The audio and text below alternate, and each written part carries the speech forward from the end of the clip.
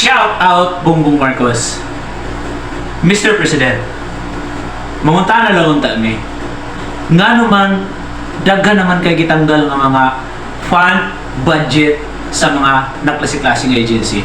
Unang-una, gitanggal nimo ang budget sa PhilHealth. Karon, gitanggal na pod nimo ang budget sa NCIP.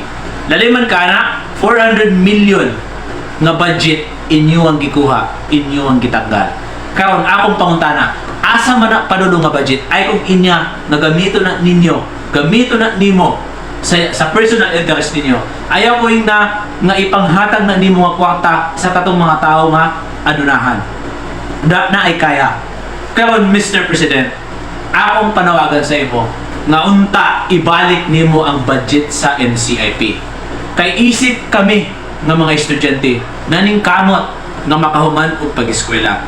Karon, kabalo mi na namin naandan na ang NCIP nagahatag og programa sa mga estudyante, which is ang iya, the Educational Assistance Program. Karon, niadto ko sa NCIP office last January 6, 2025.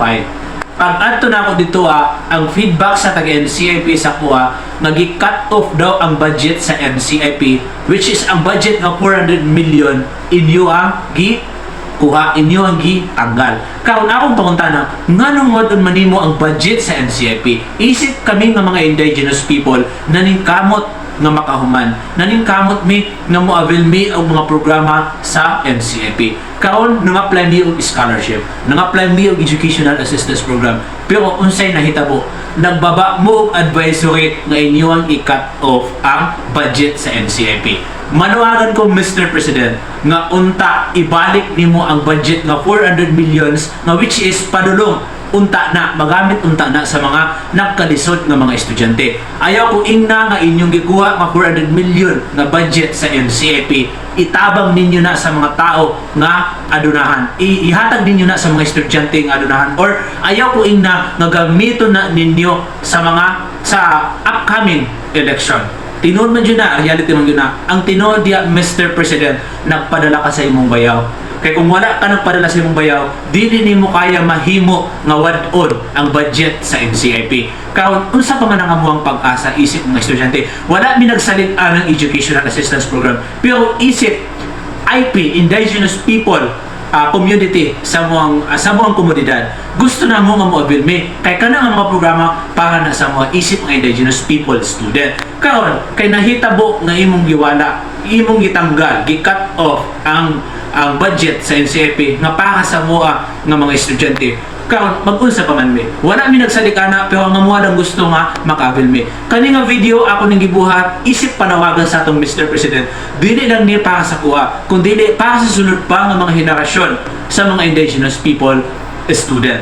Kay daghan kayo ng kalisod karon, mao kami naning kamot may even lisod ang kinabuhi, pero naning kamot may mangyawat mi nga makabil og gigunaana nga programa, pero mahimo lang nga inyong i-cut off. Excited pa naman mi, naanda na namo, pero nganong inyo mang wad-on, nganong inyo mang kuhaon ang budget para sa NCIP? Dako kayong natabang ang NCIP sa muang community. Kaya nga naman, sila ang nag-recognize sa mua as IP, sila ang nag-protect sa mua isip, sa mga katungod isip mga indigenous people, sila ang nagapanday og mga programa para sa ikakaayo namo nga mga IP. Karon isip indigenous people student naning kamot mi nga moabil-ana nga mga programa, pero ngano man nga imong gikuha na nga budget, kadako na nga budget, dako na jud nagkayo tabang sa amuha nga mga mamahirap nga mga mag-aaral, dako na jud unta nang ikatabang sa mga. Mao manawagan mi uban sa akong mga kaubanan ng mga indigenous people, manawagan ko sa inyo, natabangi ko ninyo,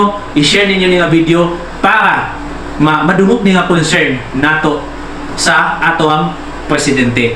Manawagan ko sa mga indigenous people, kabalo ko diri sa Pilipinas, daghan kayo klase-klase ng mga group of indigenous people. Tabangin ko ninyo, suportahin ko ninyo nga unta kani nga concern ma-address sa tuwang president. Mong again baliko na ako kauban sa akong mga indigenous people nga mga grupo nga unta na ibalik nimo ang budget sa NCIP. Ayaw in taon kuha ang budget sa NCIP.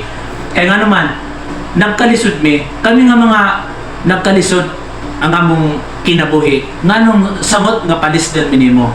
Tama ra pud unta, tama ra pud nga suportahan namo si Duterte. Kay ngano man daghan kayo kalambuan ang atong Pilipinas nga si former President Rodrigo Roa Duterte ang nilingkod. Karon manawagan ko kay gitanggal namang gyud ni President, Mr. President ang budget sa NCIP. Mangayo bitabang hashtag kay Ma'am Vice Sara Duterte sa ato ang former President Rodrigo Roa Duterte about ani nga concern nga unta matabangan mi ninyo nga mabalik ang pundo, ang budget sa NCIP.